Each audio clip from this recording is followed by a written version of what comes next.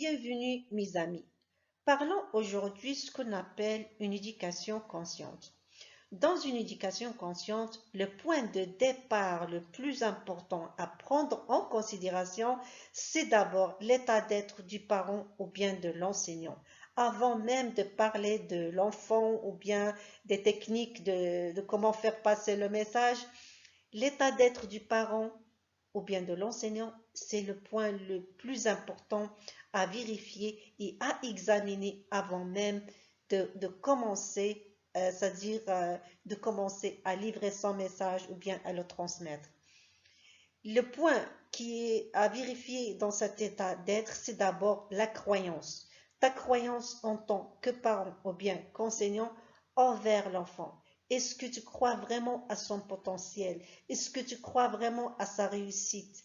Parce que tout simplement, si tu as une croyance positive, elle est en harmonieuse avec ce que tu as l'intention de transmettre. C'est-à-dire ton objectif et ta croyance sont harmonieux, tous les deux. Dans ce cas, tu es en train de dégager une énergie positive qui va permettre, qui va aider vraiment à la réalisation de ton message ou bien de ton programme. Mais et dans le cas contraire, si toi, en tant que parent ou bien qu'enseignant, pardon, si tu ne crois pas au potentiel de ton enfant ou bien de ton élève, si tu crois par exemple qu'il n'est pas capable, qu'il n'a pas les capacités, qu'il n'a pas le potentiel vraiment à apprendre et à assimiler ce que tu es en train de le faire passer, dans ce cas, celle-ci va créer une énergie négative qu'on peut dire parce que tout simplement, c'est-à-dire ta croyance et ton objectif, ils sont en contradiction. Tu as l'objectif, tu as une intention à transmettre un message, mais en même temps, tu ne crois pas que l'autre va prendre ton message, il va le comprendre ou bien va l'assimiler ou bien le réaliser.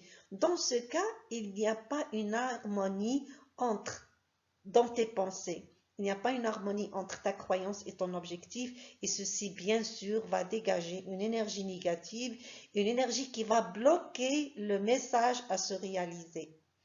Donc ça, c'est par rapport à la croyance, à ta croyance en tant que parent ou bien qu'enseignant envers le potentiel de l'enfant. Le deuxième point aussi, et celui-là, on le trouve souvent chez les parents, c'est la peur. La peur que l'enfant c'est-à-dire ne soit pas comme eux ils attendent, qu'ils ne réalisent, qu'ils ne réalisent pas ce qu'ils rêvent en tant que parents. Et puis même, ils parlent à leur entourage qu'ils ont peur que l'enfant prend un mauvais chemin ou bien... Et ceci vraiment, elle est en contradiction avec ce que ils ont comme objectif. Cette peur, elle va créer une énergie négative.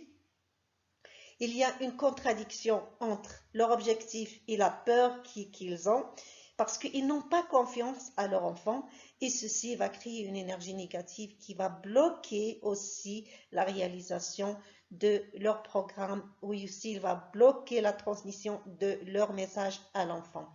Donc, c'est deux choses qui sont très importantes à vérifier, à examiner dans ton état d'être en tant que parent ou bien qu'enseignant, c'est ta croyance et la confiance que tu as envers l'enfant ou bien l'élève. Ceci vraiment, il est soit qu'il va aider, comme on l'a dit au début, soit qu'il va permettre aussi à réaliser, c'est-à-dire le programme que tu veux transmettre à l'enfant, ou bien il va le bloquer. Donc, très important, l'état d'être du parent ou de l'enseignant comme point de départ dans une éducation consciente à prendre en considération. Donc, c'est ça pour aujourd'hui. Je te remercie de ton écoute et à la prochaine fois, Inch'Allah.